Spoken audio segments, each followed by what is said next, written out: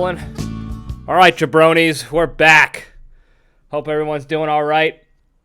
Wild week this week, another one. A lot of shit going on with work and life and all that good stuff. Big thing, too, was Brothers Weekend. I know I didn't post anything about it. Mainly, we just forgot to take pictures and shit.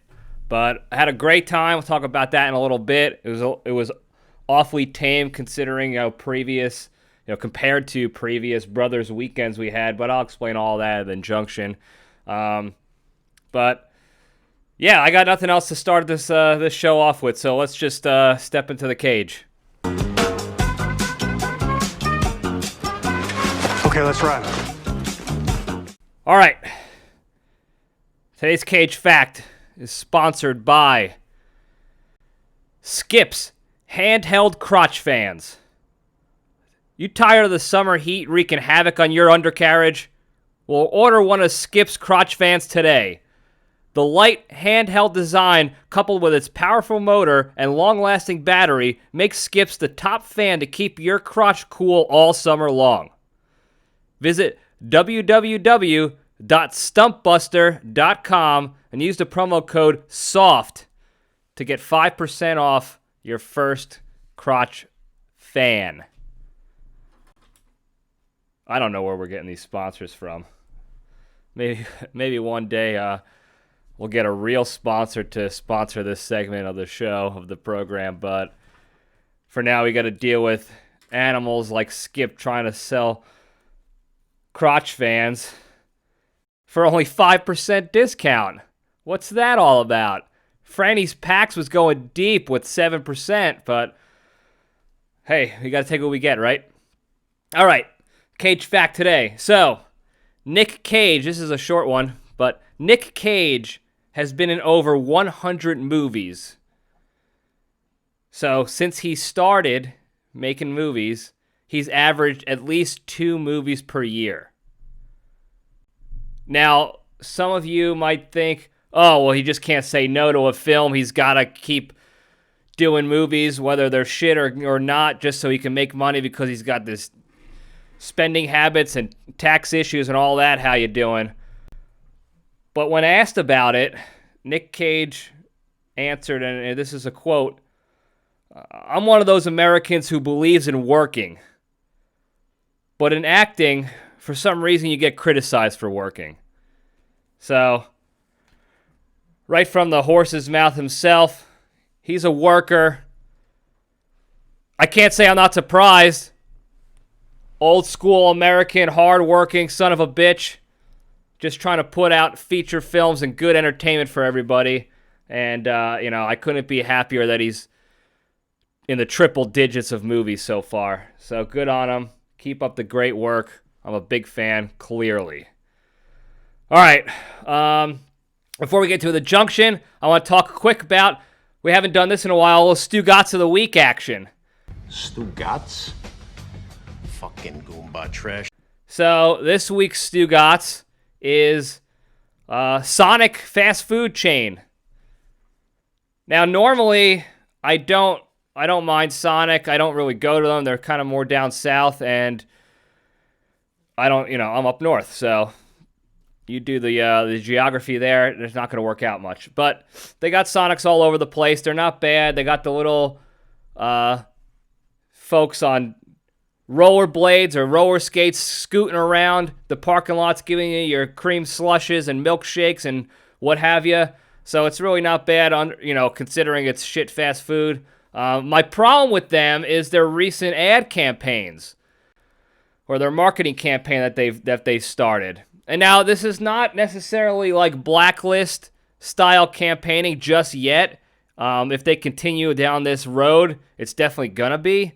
But if you haven't paid attention to television at all, they've been running commercials recently, mainly with this family of 3 fat shits. Kid, and then his 2 stupid parents in the car eating their food or whatever, and each commercial is different meals that they're offering at different prices. But the whole premise of the campaign, of the marketing of each ad, is that this family of clearly unhealthy individuals. They're all obese, all fat, and I have no problem with the fats. You all know that I'm pro-fat all the time. Big, tall, fat, small. You gotta love them all. Thanks to my friend Matty T for getting us on board that slogan all those years ago. So I have no problem with fats. What I have a problem with is when you have these three clearly unhealthy people on a commercial promoting unhealthy eating like it's the better alternative to eating healthy and exercising and being smart. So these three people, this family is talking about how, Sonic's food is delicious and it's so much cheaper. Why would you want to get any other food? Why would you need to go to the supermarket when you could get this full 3-person meal for $8 or whatever it was? And there was even one commercial where the little kid in the back, and this is not his fault, he's just reading from the script or doing whatever, and I don't think he believes this in real life, maybe, hopefully not, but he's doing his little kid math about adding up how much it would cost to actually make this fast food burger at home with real food, with real ground beef and buns and cheese and all that. How you doing? And his math is not even close. He's like, it's $10 for this and $12 for this and $8 for this. First of all, that's a lie, Sonic. That's a blatant lie. Okay? You're not going to spend more money making healthier food, real food, for a bunch of people than you are at Sonic for the fast food meals that you're paying for. Okay? If you're talking actual quantities of food you get at the grocery store for the price per capita, per Berg Daddy, it's cheaper in the long run. So don't do that. Don't push that lie. Second of all, why are you promoting a family talking about how much better unhealthy food is for you because it's cheaper and easier? Why are you promoting that mindset just to sell more burgers? Have you just completely, just gotten rid of all your morals? Just dismissed them? There's a word there for that, but I forgot what it is. Exited, dismissed morals. I don't know. You know what I'm talking about, though, jabronis. Have you, Sonic, just completely forgot about being good people just to sell a couple extra burgers and cream slushes? Third of all, at the end of the one commercial, this is what I really had a problem with, too, with this one specific commercial with all the kid math and the 3 fats and all that, is at the end, after the kid goes, it's a no-brainer, you're going to go to Sonic over making this yourself and being healthy and smart. The mother, who is caked in makeup, like Bozo the Clown status makeup, to the point where I got scared because I have a problem with clowns. That's a separate issue altogether. Shocker, Libretti's got a mental problem with something else. She's all caked up with this ridiculous makeup, which she's spending hundreds of dollars on. Doesn't have a problem with that. She's chiming in at the end of the kid's shitty math, and she goes, see, what did she say? Something like, who told you the school wasn't paying off for you? What school is this kid going to? His math was not correct. It was all off. And it was perpetuating a lie. And you're perpetuating that kid's poor math and his lying abilities. And again, I'm not faulting the kid. He's a dumb kid. His brain's not even fully developed. I get it. But now not only are you allowing this kid to eat himself to death, because by the time he's 30, his blood is gonna be fucking mayonnaise. Sorry, Terrence, family show. Damn it. But now you're praising him for being bad at something. Being bad at math. Again, not necessarily the kid's fault. He's a child. He needs to learn good math and be praised for that. But this idiot mom has no clue about it. Then she's sitting there talking, she's pretty much praising the fact that, yeah, the kid's got a good point. Why would we pay to go to a grocery store and make food and be healthy as a family when our 3 fat asses could get in the car, drive over, have some young fella in short shorts skate on over and give us our burger so we don't even have to move an inch. We could sit our fat asses down and eat these burgers in our car and then brag about how we're smarter than the system. We're better than them. We don't need good, healthy food. Good job, kid. Great mindset. Let's perpetuate that. Now, if you do a little second, third order, like critical thinking on how that all works, let's go talk about COVID real quick and how what they said, what is one of the top 3, like, causes of super negative effects of COVID if you catch it. It was old age, pre-existing conditions, and morbid obesity, being fat in general, not just morbid obesity, but being overweight. And being overweight leads to pre-existing conditions. So does being old, but for my agenda purposes, I'm just going with the second 2 factors here. So now you got a family and essentially a food chain that's perpetuating and promoting fat shit, unhealthy living, so that when they're older and they get another pandemic comes and they get sick, they're going to be the ones wearing the masks in their car and the gloves all over and yelling at other people for not wearing gloves and masks and hazmat suits because you're going to get me sick. No, you fat bastard. Maybe if you were healthy and you built up your immunity better and you lived a better, smarter, healthy lifestyle, you wouldn't have to wear a hazmat suit like a goddamn idiot. You would be able to fight viruses a little bit better. Nobody's talking about that. We could go back to that, put the tinfoil hats on and talk about that, how nobody continues to talk about actual healthy ways of living to combat viruses like this so our bodies can fight them off better. Sonic doesn't care about that. They don't care about 10 years down the road. That poor little fat bastard is going to be on my 600-pound life dying of COVID when it could have been easily prevented for him. They don't care about that. They care about making a couple extra bucks on idiots who think, oh, I'd much rather go and get a milkshake and a Berg Daddy or a chicken sandwich here in my car than go make it at the grocery store and spend extra money, which is a lie, and eat healthy, which is the devil.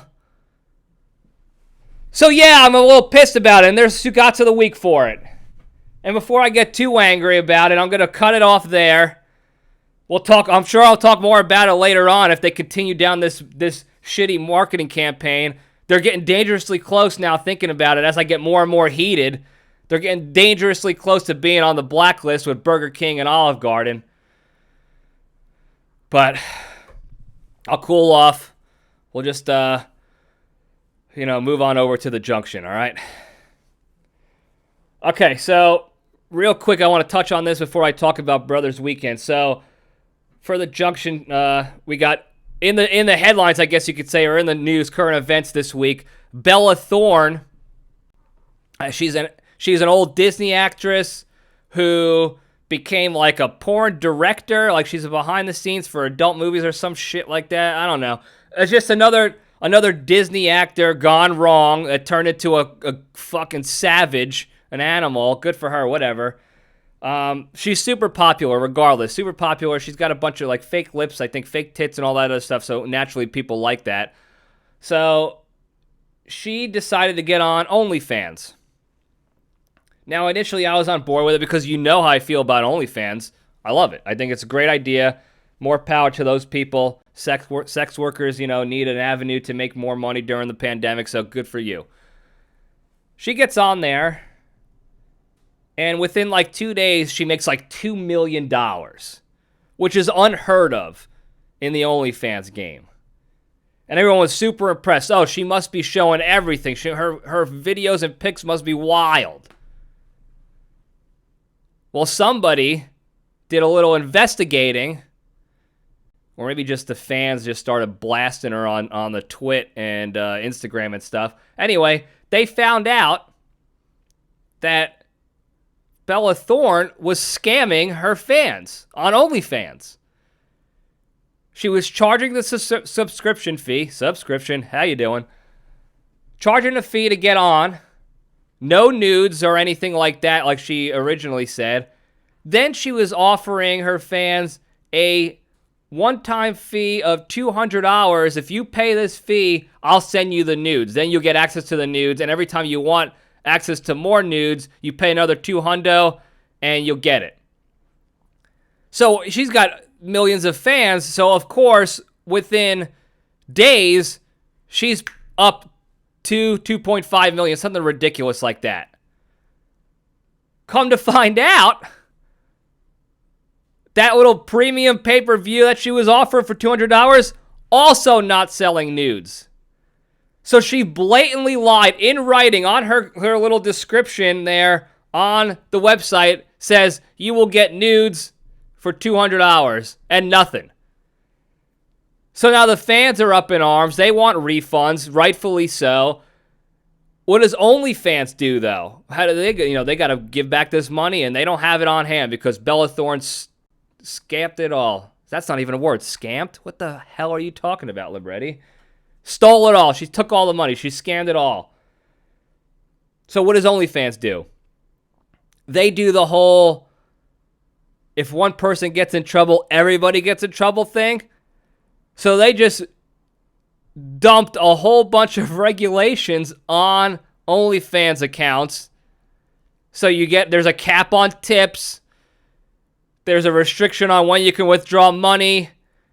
There's a cap on subscription fees that you could charge and all this other crap that's actually hurting real people trying to make money on the site, which is the reason I love the site. Real people trying to make a buck, showing off what they got, what their mama gave them. So it's killing the OnlyFans game because of this one bimbo who had to scam people for a couple extra bucks, as if she wasn't rich enough. She's making millions of dollars on royalties from Disney shit. She was in a couple Adam Sandler movies. She's making money off of that because that guy is super successful all the time. And it just wasn't enough for her. And she tried to come back and be like, I started this off for a research project for a movie I'm making with this porn director who came out and pretty much said, no, I'm not getting on board this fucking sinking ship. I'm not doing a movie with her. That's a lie. So now Bella Thorne is like the Sonic of OnlyFans, where she was lying to get you to buy something. See how I put those two together? God damn it, Libretti. Your brain sometimes is just on point. But that's it. That's all I want to talk about with Bella. Be careful now on OnlyFans for the hard-working ladies and men out there on the site just trying to make a living. Good luck to you. I hope you find another avenue to make that money. I feel terrible for you. Maybe I'll go and subscribe to somebody's OnlyFans to kind of help them out a little bit. Probably not, though, because I'm poor and I got student loans to pay. Thanks a lot, Embry Riddle. All right, so now the big thing that I want to talk about is Brothers Weekend.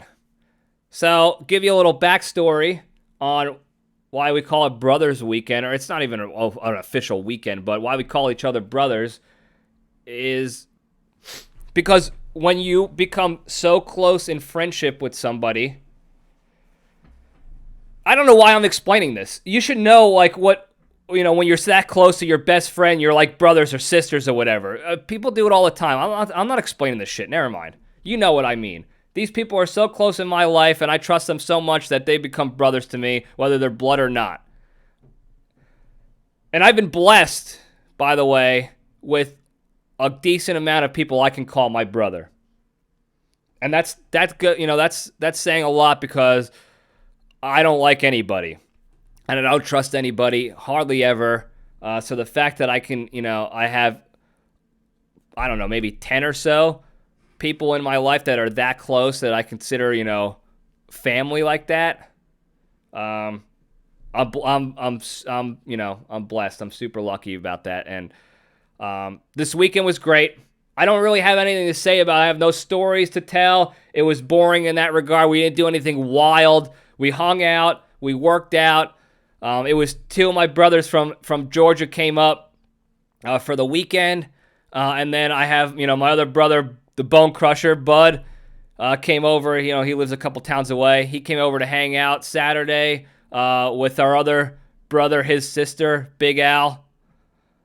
She came with us too. And we all hung out. We worked out. We shit talked relentlessly.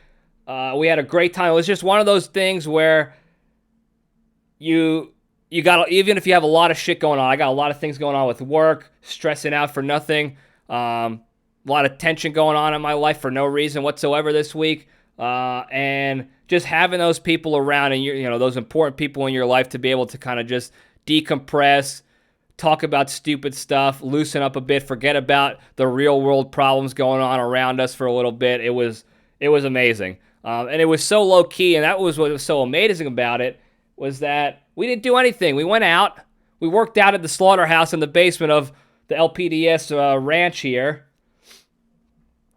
and then we, played a couple video games, watched some TV, and that was it. It was, by all accounts, it was a super boring, lame weekend, but it was exactly what I needed.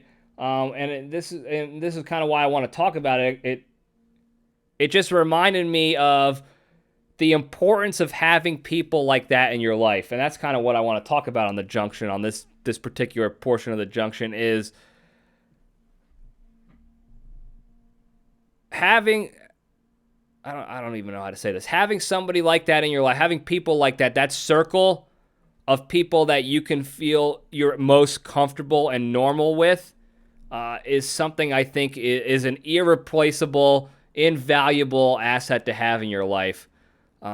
There's nothing else that can take the place of having that type of friendship, that camaraderie.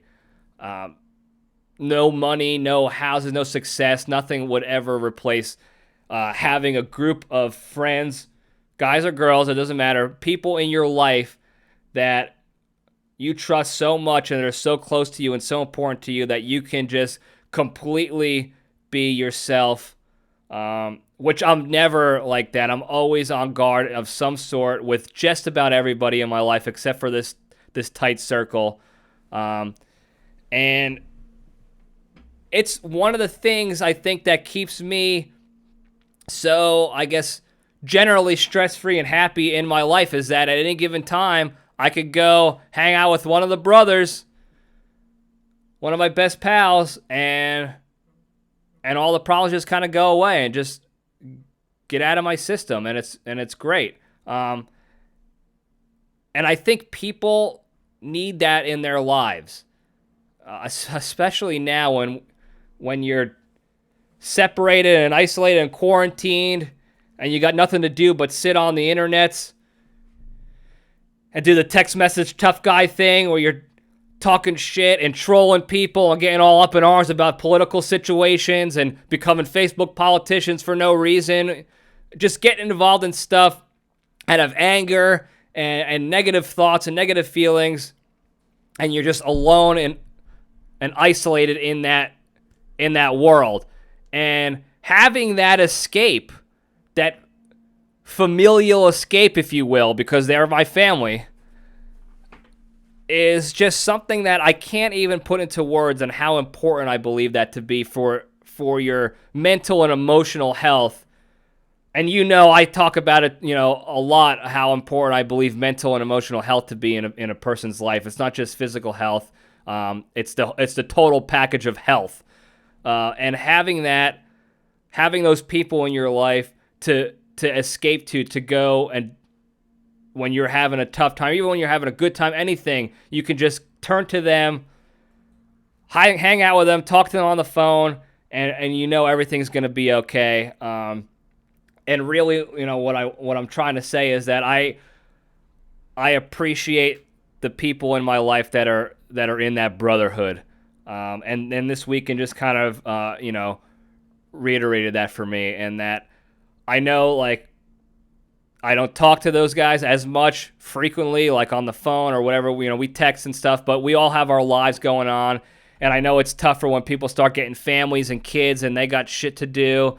But no matter what, those brothers I have, that family that we've created for ourselves, that little blind Italian loyalty family that we've created, I couldn't be more appreciative to have those people in my life, and I don't know if any of them listen to this program or not. I know the Bone Crusher does. I don't know who else. Maybe Helmet does. I think he's busy with life as well. By the way, I don't remember any of the real names of any of my best friends. We just have stupid nicknames, and I don't remember the real names. So sorry. You're gonna get names like Helmet and Bone Crusher and Bonji and Chicho, and all those other stupid fucking names. So, anyway, I can't thank them enough for being part of my life and accepting me into their circle. I don't really have anything else to say about it. That's really what I was getting at. It was that it's so important in my life, and I'm so thankful to have those people in my life to be able to call my family my brothers. And I truly hope that every one of you has that or finds that in somebody else.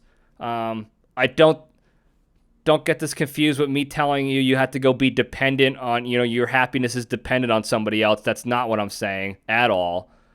But to have that outlet, that family outlet, whether it's blood or you're choosing it, it's important. I think it's vital to my happiness in life, outside of my independent happiness, and I couldn't promote that more to anybody right now. And I know this is probably like the most boring episode you'll probably hear on the show, and it's sappy and lame, and there's no real good venting going on anymore right now. But that's all I have to say. And for my brothers who are out there listening, all you guys, whether you're out doing your thing in the Air Force, or you're flying down in Florida, or you're in Texas controlling the air traffic, or you're in Jersey running a batting cage and giving baseball lessons, or if you're out being a detective, a cop in this day and age, or you're dispatching airlines down in Georgia, you guys know who I'm talking about. All you guys. Wet Cat's another one. I'll throw that out there for another stupid nickname. All you guys, I love you guys. If you're listening, thank you for being, for making me a part of your circle, of your family. I couldn't be happier that I have a family like you to call my own. And that's it. That's all I got, guys. So thanks for listening. Super sappy episode at the end there. I know. I'm not sorry. I'm sorry that if you're offended by it or disappointed, but I'm not sorry. Anytime I get to talk about the people important to me and close to me like that, I'm going to talk about them. Unless they tell me not to talk about them, then I'll keep it on the DL. But I'm always going to take that opportunity to thank them for being part of my life. So I hope you enjoyed the rest of this shit. I think I'll be up possibly at Site Bravo next week because I'm going to be up in New York for like a month coming up. I'll bounce down to the studio for a couple recordings here and there, but I think I'm going to be at Site Bravo with Nick and Pistol Pete, so we might do a recording there. I'll let you guys know. I don't know if we'll do a Stugats or a Pull or whatever just yet. I'll try to find some treasure hunt stuff in the city to post for you guys, but follow all the shit, Libretti Podcast Diary Show on YouTube, Anchor, Spotify, Apple. Leave ratings and reviews and comments. I love reading that stuff. It's super funny. Check out the Instagram page at LPD_show. Comment on all the posts and the stories and all that. How you doing? If you're on my personal Facebook, you can comment there too. Otherwise, too bad for you. But thanks again, guys. Hope you have a good rest of your weekend. Sorry for the late, posting of the episode, but Brothers Weekend is always going to take precedence over the LPDS. So, thanks again, guys. Love you all, and I was talking to your mother just the other night. I told told her I thought you were an asshole. She said, yes, I think you're right. And all